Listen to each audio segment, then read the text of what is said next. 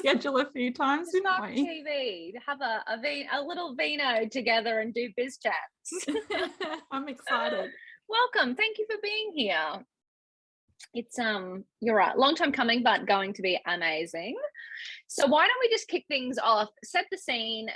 So Spark listeners are business owners, aspiring business owners, all of the things. How did you get to running a business? Did you have a job before, a career, something, and then a moment of, oh my God, I'm doing this? Or what's your backstory? When I left school, I had no idea what I wanted to do with my life. So I just got a job. Nice. Then I decided I was a legal secretary. Yeah, cool. It was pretty fun, actually. Not too bad. It was a very small team, so we were all like real friendly. That's cool. And that gives you that good like background in like corporate vibe, like knowing, you know, what's all happening, Friday work drinks, all the things. Yep. Loved the Friday work drinks when I was 18. That was fun. That was probably the highlight. Yes. Yeah. Then I decided I wanted to be a makeup artist. So I did a diploma of makeup. Oh, I did not know that. That's cool. When I was 19. Nice. I hated it. Okay. And then basically from the age of about 20-ish. Yeah, 20. After I finished that course, I had glandular fever. So I couldn't actually, like, I did get a job in makeup, but it was really hard for me to stand for 9 hours a day doing makeups when I had glandular fever. So I ended up just doing a little bit of casual work for my now husband, he was my boyfriend at the time, for his parents' business. And I ended up staying there for quite a few years. Cool. Actually loved working there.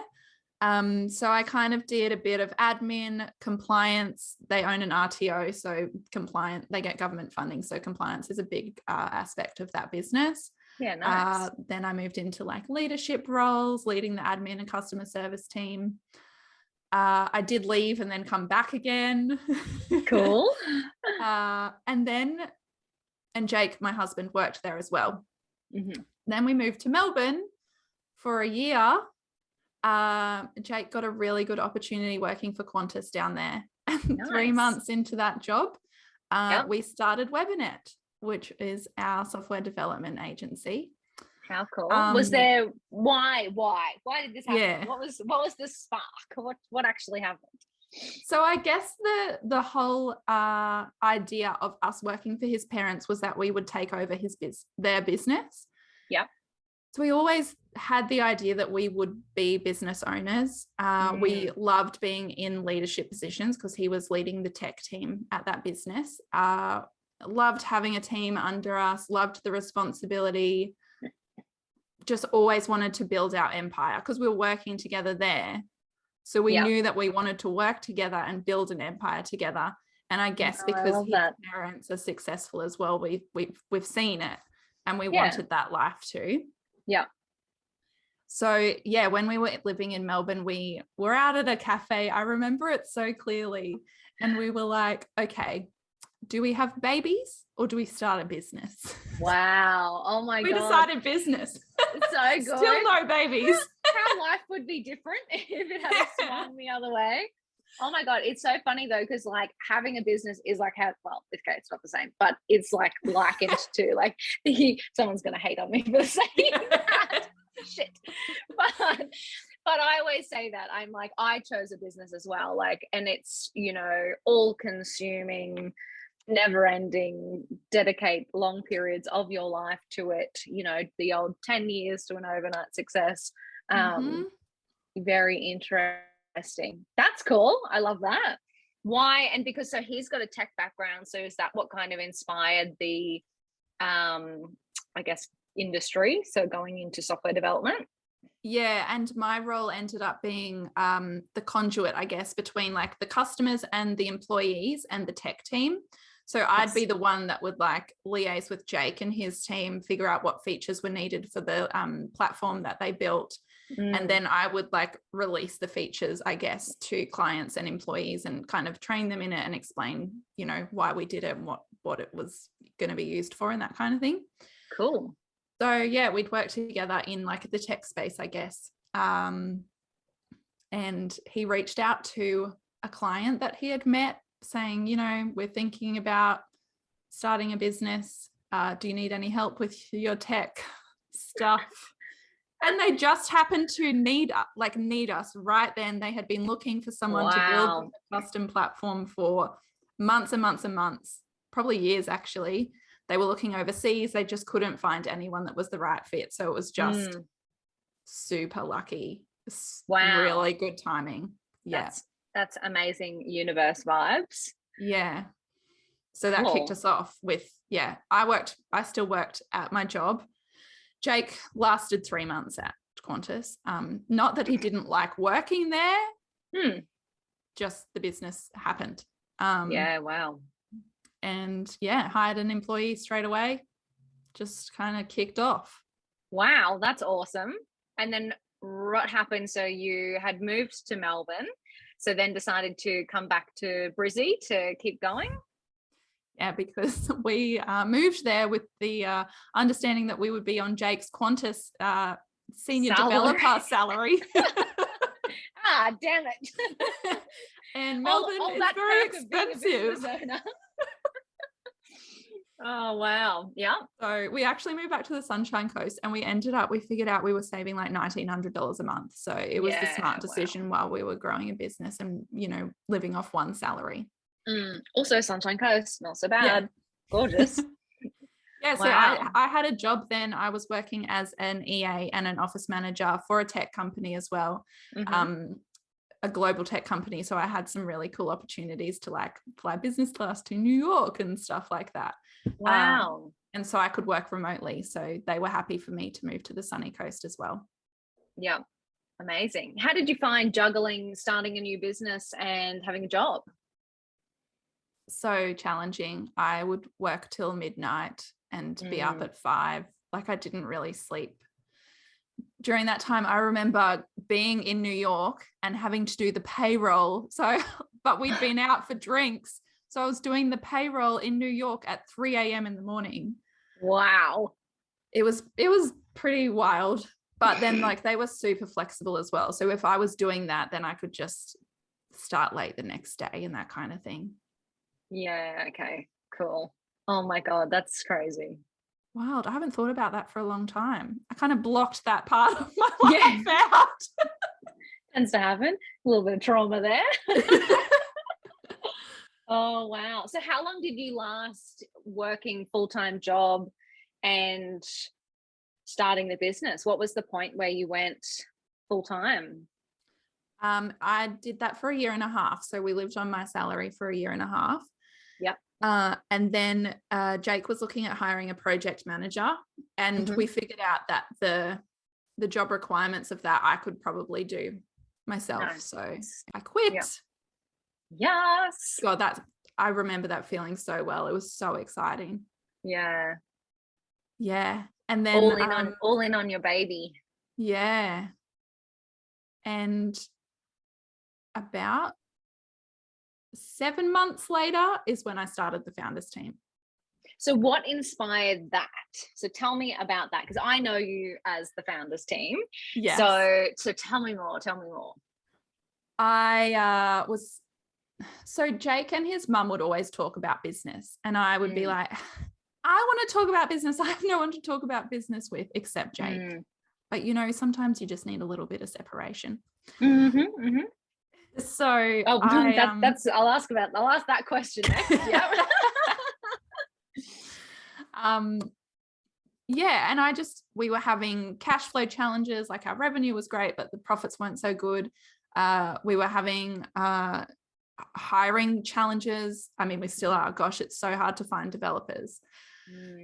We were having trouble finding the right fit with the team. And I just had no one to really talk to about business and get some outside perspectives. So I reached out to some people on Instagram, people that I knew and people that I didn't know. And this was pre like me building a personal brand, and you know, I only had about 500 or 600 followers back then. Yeah. And was just like stalking other business owners. Amazing. I love that. It's where every good story starts. And I cold messaged most of them and organized I didn't know it was a mastermind at the time. What did I call it? Get shit done, or like accountability, get shit done, something, catch up. Awesome. And I organized the first meeting and posted a picture on my Instagram that didn't have very many followers, and had so many people reach out and ask to join.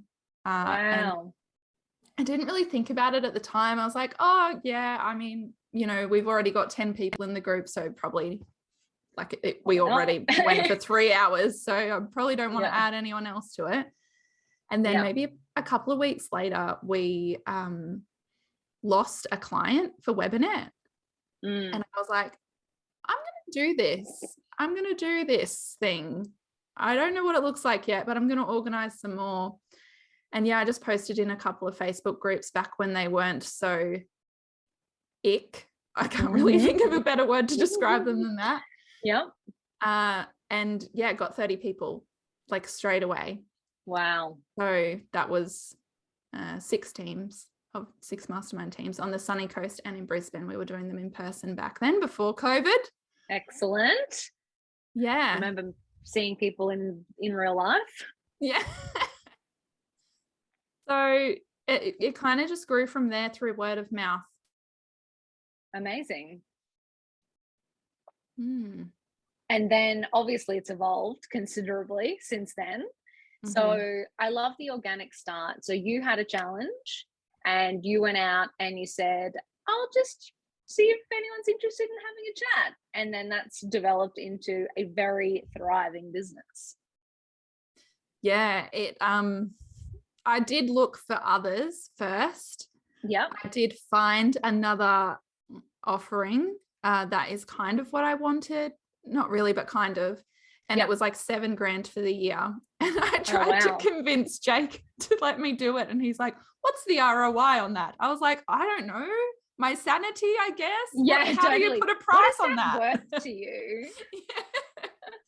And then I was like, fuck it, I'm just going to organize can I swear on this podcast? Absolutely. The more the merrier, I'm just going to organize my own.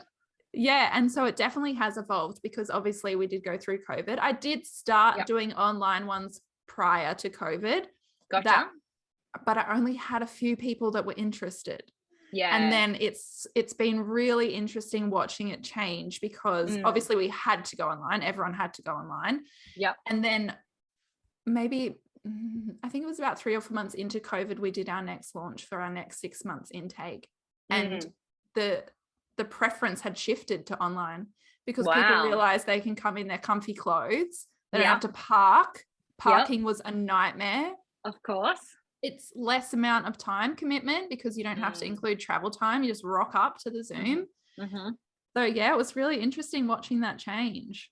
Wow. I know it is interesting because I think that, we've all just realized how much time, like whilst it's amazing seeing people in person and, sometimes the old Zoom does get a little bit difficult to connect with people over.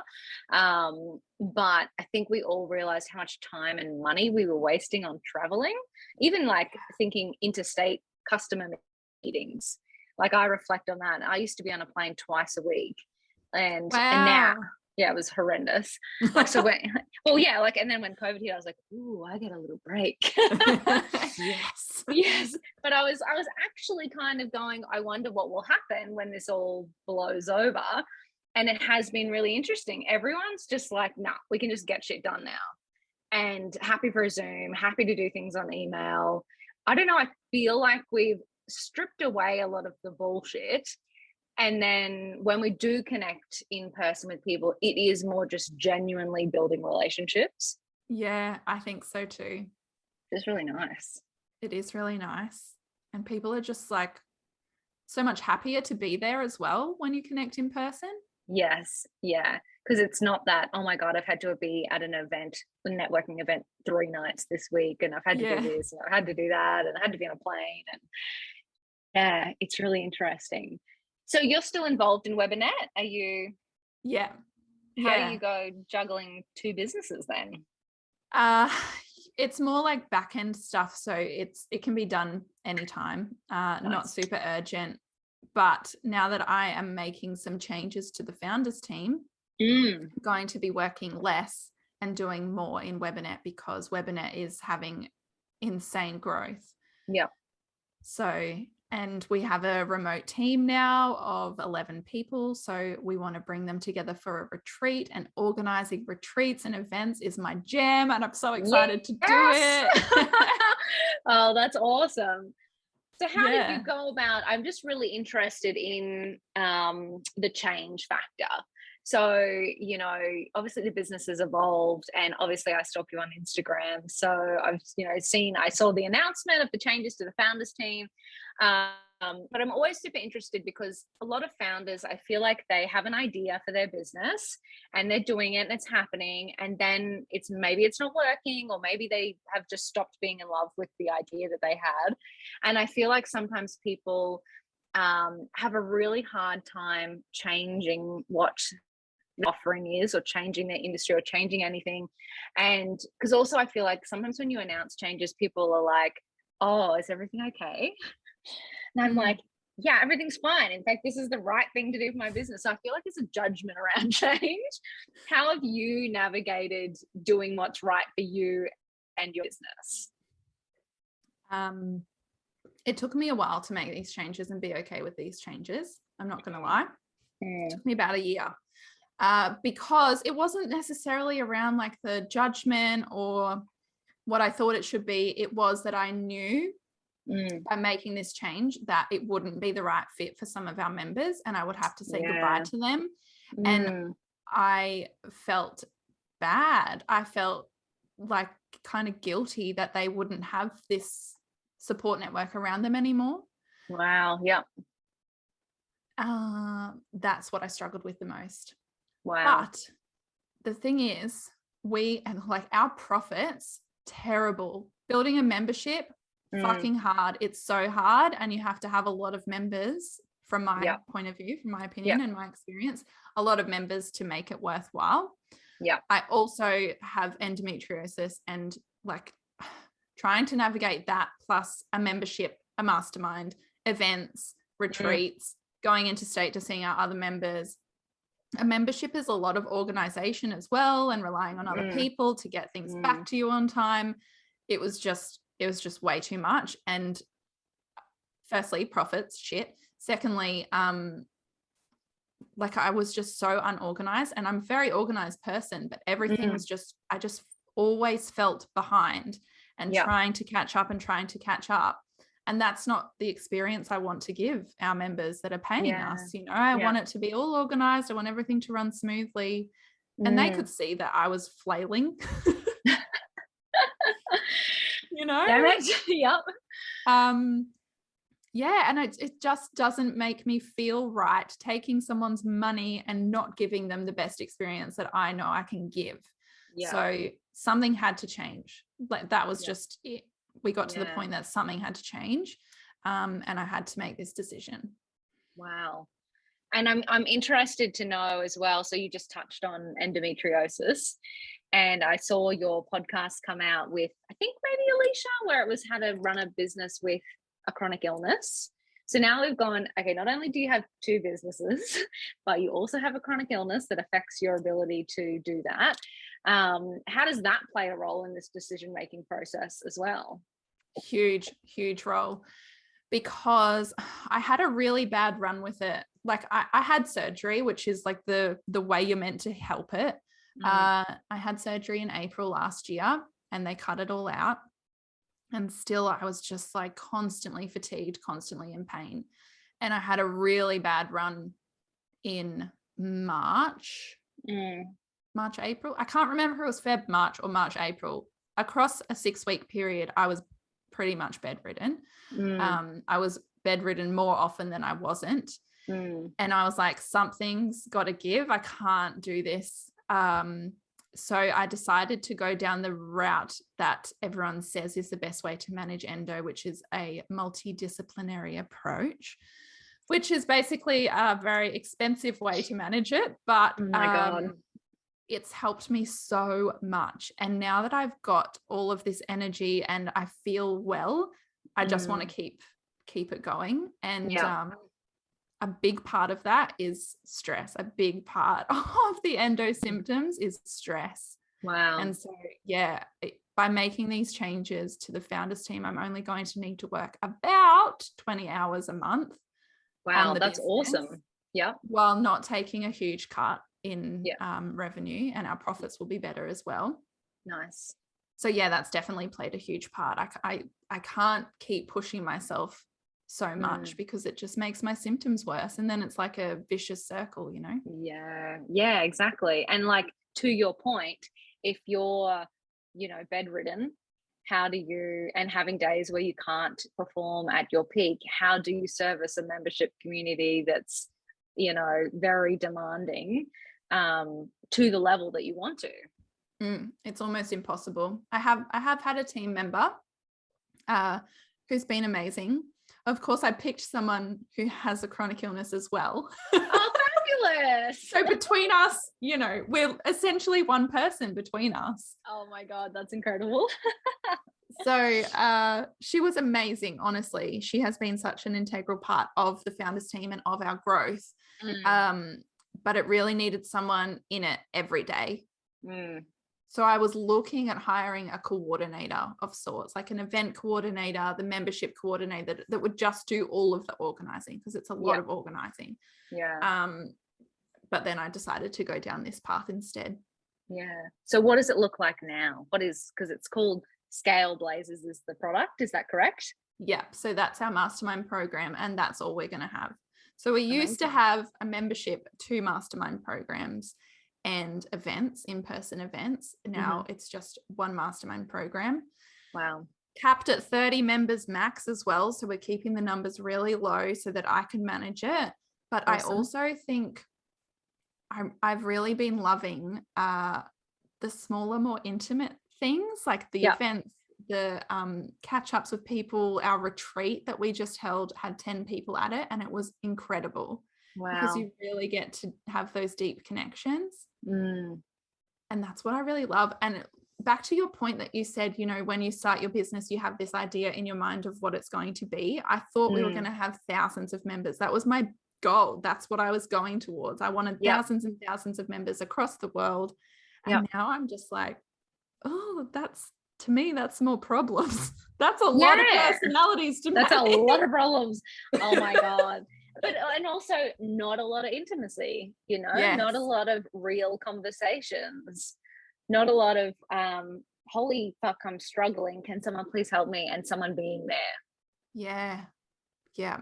And that's what I've been loving, having that, being there for those people that need that and being able to support them through that. Love it. Obviously that's incredible. Not loving that they're having challenges, but everyone does, it's a roller coaster. It is. I'm yet to meet someone that hasn't got a business problem. Oh, that's incredible. So then, well, let's talk business problems. So our audience are, founders, aspiring founders, so people who are out there in the trenches. What challenges have you had over the last however many years of running 2 businesses that you kind of reflect on and go, oh, that was a good learning opportunity? There's so many. Like, I'm sorry, we don't have enough time on your podcast. How long have you got? No, I think, I guess it's kind of, it's pretty specific to my business, but I mean, people might take something from it. So the masterminds, we basically, the way it works is people apply, we pull together small teams of like 5 people, and they meet once a month with a facilitator. So Emily was doing 1 tier and I was doing the higher level tier of masterminds. If people weren't committed and didn't show up, it made the experience for the other people terrible. And so like these people were paying money every month. They were putting time aside. As we know, as a busy founder, that's very precious time to come and support each other. Like it's meant to be a team thing. and some people just wouldn't turn up, or they'd bail half an hour before the meeting. And so we were putting a lot of our success into our customers' hands. So like, sure, there's other, like, things that we could have done better, definitely, but a lot of the success relied on how committed the members were. And I mean, we have a very in-depth onboarding process, a very in-depth questionnaire to apply. We ask the question, are you committed? Everyone answers yes, obviously. Of course. So I feel like we did everything we can in that aspect, but still the success was based on how committed those people were, which we cannot control. Like, we can't control it. And I think a big lesson that I've learned in business pretty much over the last year is to focus on what you can control. And that's something that we just couldn't. So in saying that, we're still doing the small teams, but we haven't had that issue with the higher paying, been in business longer people. I think because they have a different mindset, and they understand that, yes, that's 2 hours out of their day, but they're going to learn from everyone else's challenges as well as their own. And so it's time that they're willing to invest. Yeah, absolutely. Yeah, it is really interesting. I found that with live programs. So I've run some where it's like, you know, there's 10, 15 people, and others where there's like 50, 60 people. And I'm like, you've got to do lots more people because of the rate of drop off. I was like, the ones where it was, you know, 10 to 15 people, if half the people don't show up, then it's you're presenting to a handful of people and there's zero interaction, as opposed to when there's stacks of people, half don't show up and you've still got plenty of people to bounce off, and then you feel, I'm like, okay, cool. So I've really struggled with that as well. And you know, I mean, because I've also not wanted to be the one that's giving all the advice all the time. I'm like, I don't know everything. I haven't experienced everything there is to experience, and the value is in the group. So I totally appreciate that, relying on other people where, you know, stuff, you know, comes up and they bail, and it's hard.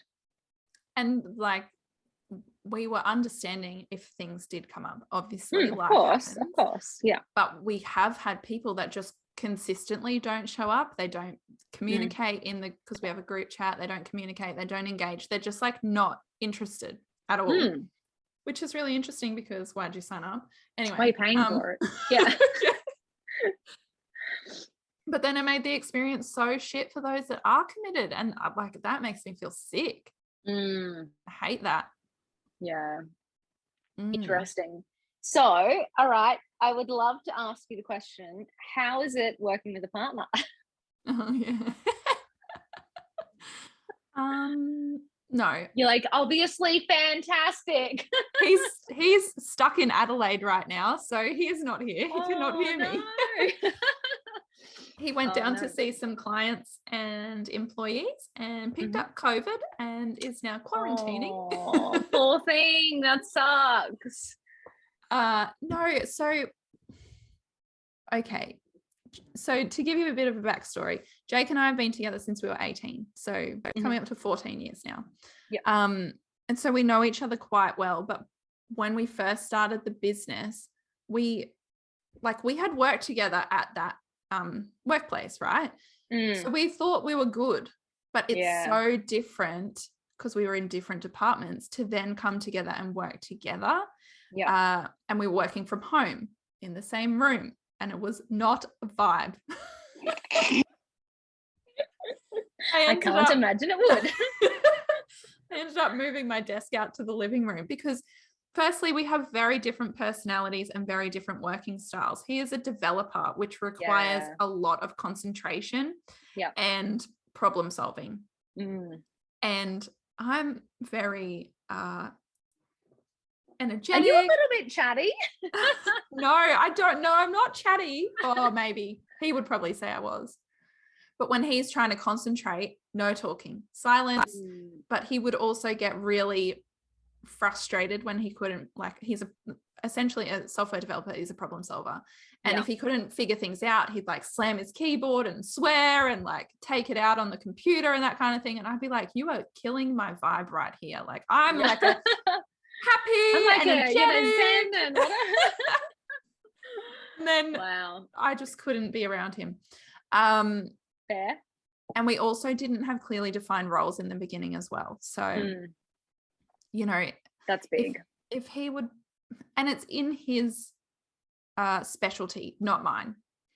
So he kind of took on the role of he was the boss and I was the employee rather than like a partnership.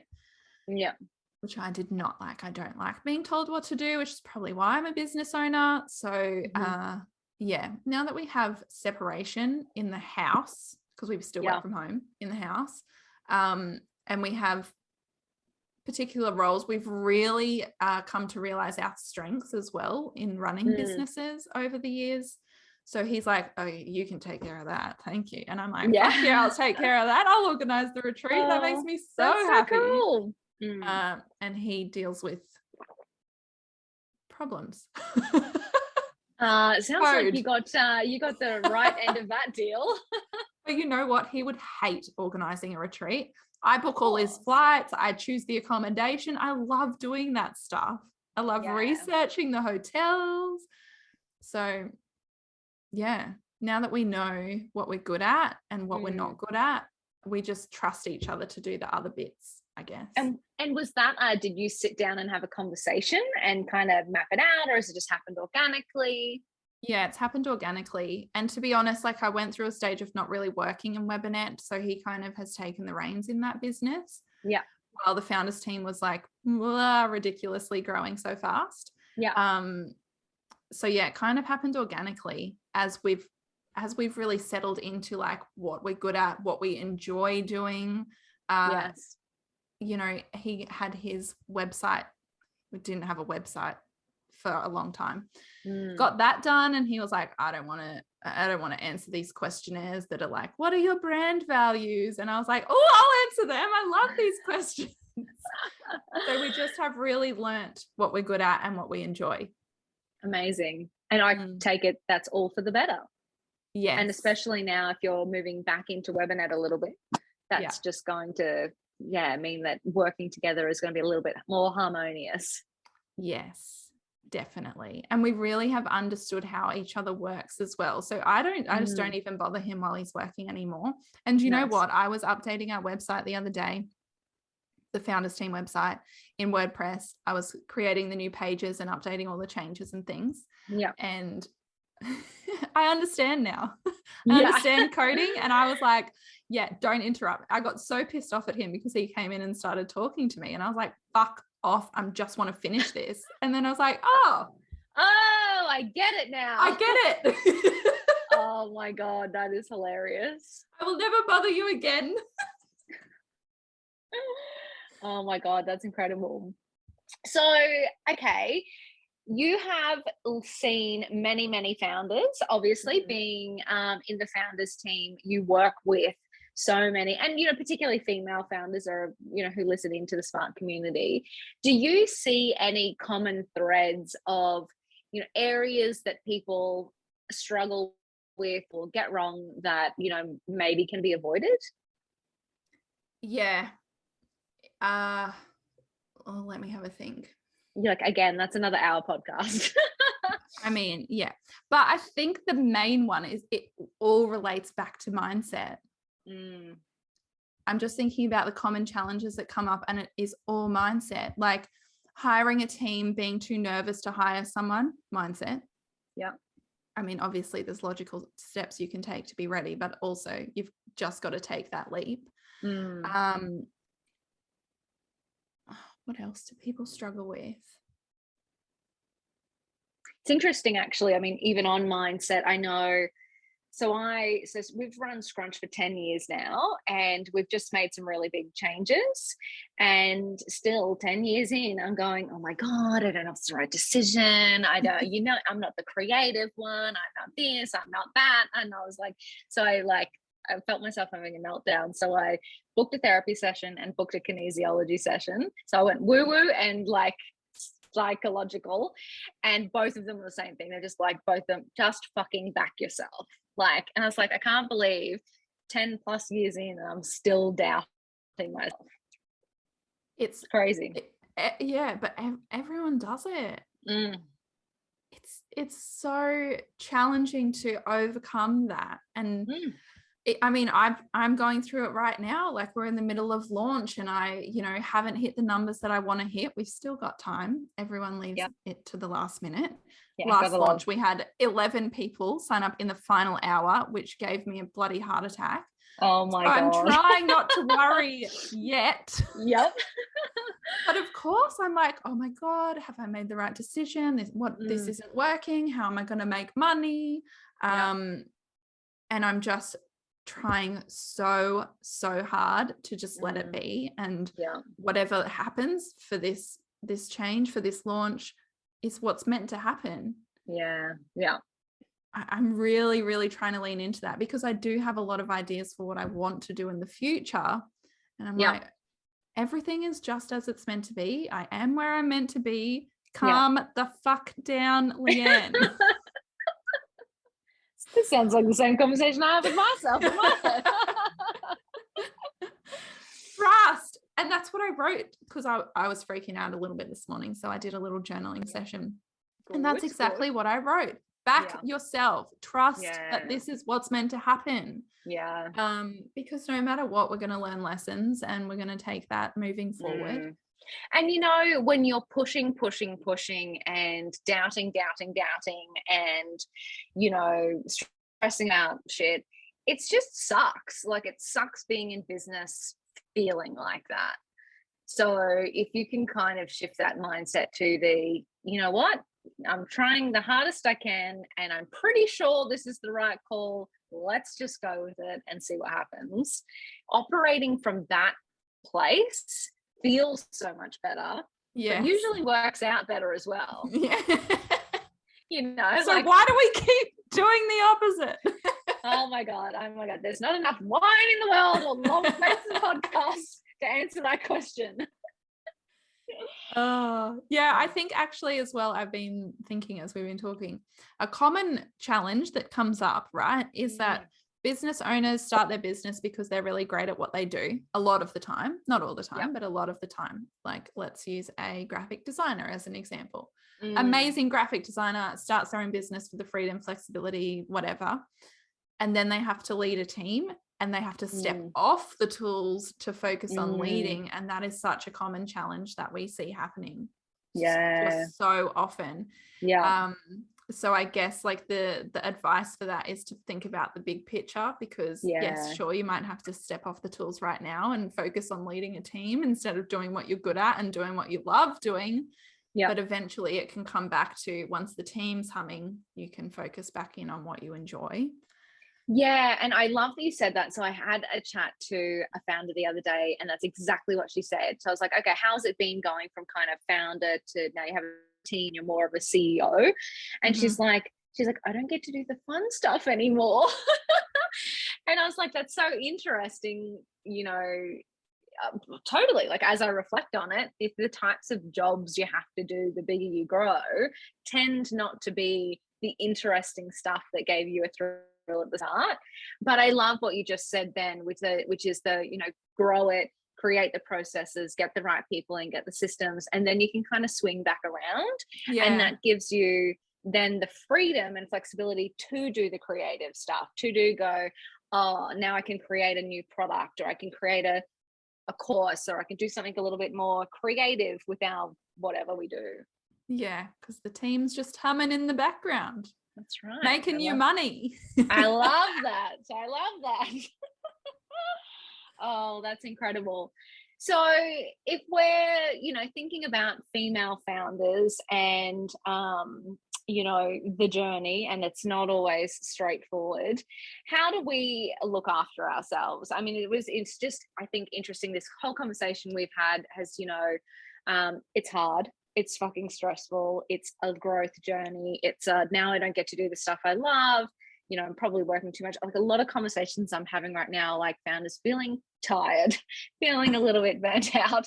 And I know your story is, different in the sense that you do have the chronic illness, but similar in the sense that, what it's like to be a 2 times business owner. How hard it is, the journey. have you seen, or do you have any advice for founders who are feeling that way on how they might be able to look after themselves and maybe reconnect with why they're doing what they're doing? Yeah. What I've realized is that it takes practice to rest. So basically, like, my symptoms started pretty much just before we started the business, and I didn't really understand what was happening. So I kept trying to push through, which was the wrong decision, but I didn't know any better. And then my body stopped me. So essentially I had to rest because my body wouldn't allow me to keep going. And I really struggled mentally with that, because usually we tie our productivity to our self-worth. And, if we've always been a hard worker, which most business owners have been, that's like our personality, that we love working and we want to, achieve big things. When you're forced to stop, it feels really uncomfortable and unnatural, and it's going to take time. It's taken me about 2 years. I'm pretty good with it now. Got it down pat, almost. Yep. Resting, pretty good. But it took me a really long time to be okay with resting, even though that's what my body needed. And that was the best thing I could do for it, was to rest and let it do its thing, fight its fight. So my advice would be to just start small. Start with taking half an hour off once a week. And then 2 times a week, take half an hour off. And people think like, oh my God, I can't have a nap. Oh my God, I can't go out and have an appointment during the day. But you can. And that's actually what happened. Like I had to nap, and I'd have an hour nap, and I'd wake up and I wouldn't have any emails, and I'd be like, oh, the world didn't noticed end. I had a nap. And so it was just more of that, like, reconditioning, like, you can rest, it's okay. And You're it's not not a brain 9 to surgeon. 5. Yeah. It's Make not your like own hours. you need, oh my God, that's so true. But I remember, so I was, when I started Scrunch, I was working full-time at Telstra at the time. And I did that for a few years before we raised capital. And I remember, so I had a co-founder in Scrunch, and I was diagnosed with diabetes at the, how long? Maybe we were a few years in, but it's like, if the symptoms are like extreme fucking tiredness, like your body literally has stopped processing carbohydrate, sugar, whatever, extreme tiredness, extreme thirst, all this stuff. And I remember once my co-founder was like, if you're tired, just have a fucking coffee, like, in that whole hustle mentality around work harder, work yourself into the ground. And I obviously, it's an actual condition, but I'm like, I half think that, the way I treated my body as half the reason why I was then, diagnosed with diabetes. But I'm like, now I've learned that I just need to rest sometimes. It is really important for me to look after my health and wellness, because if I don't, then I do nothing in my business. But that, that rest period, and giving yourself grace that the world will not end and your business will not implode if you have a break, or you get out and go for a walk, or you do something. In actual fact, only good things happen. Yeah, you get exactly. more productive, you get more clear. Like, it's just incredible. But it took me a really, really long time to learn to do that. It's just, and it's also, you've got to, I think, surround yourself with people that think that way as well. Like, I remember kind of going, oh my God, I'm just shit because I can't work till 3 a.m. every day. Yeah. I had to mute people on Instagram that would be posting like how late they were working and that kind of thing, because it triggered me, because I wanted to work.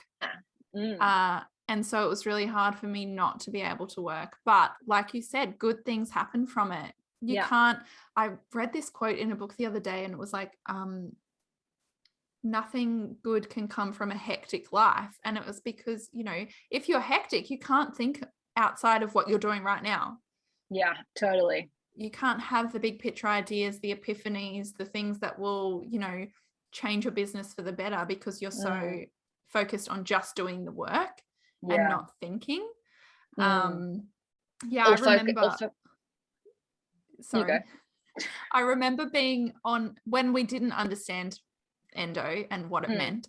I remember sleeping on the way to see a client, and Jake was like, "What are you doing? Why are you coming? Like, why are you sleeping on the way to a client? This is ridiculous." And I was like, "I don't know. I don't understand." And now I'm like, "Yeah, I'll have a nap on the way to a client." Like, totally just what I need to do. Yeah, it's also like productive. I'm squeezing in my naps in my travel time. Like, I'm actually a superhero. Yeah, but it took such a long time to understand what was happening. And as you said, female founders listening, track your cycle, because it is insane how much our hormones can affect us mentally and physically. Like, I get such bad anxiety right before I get my period.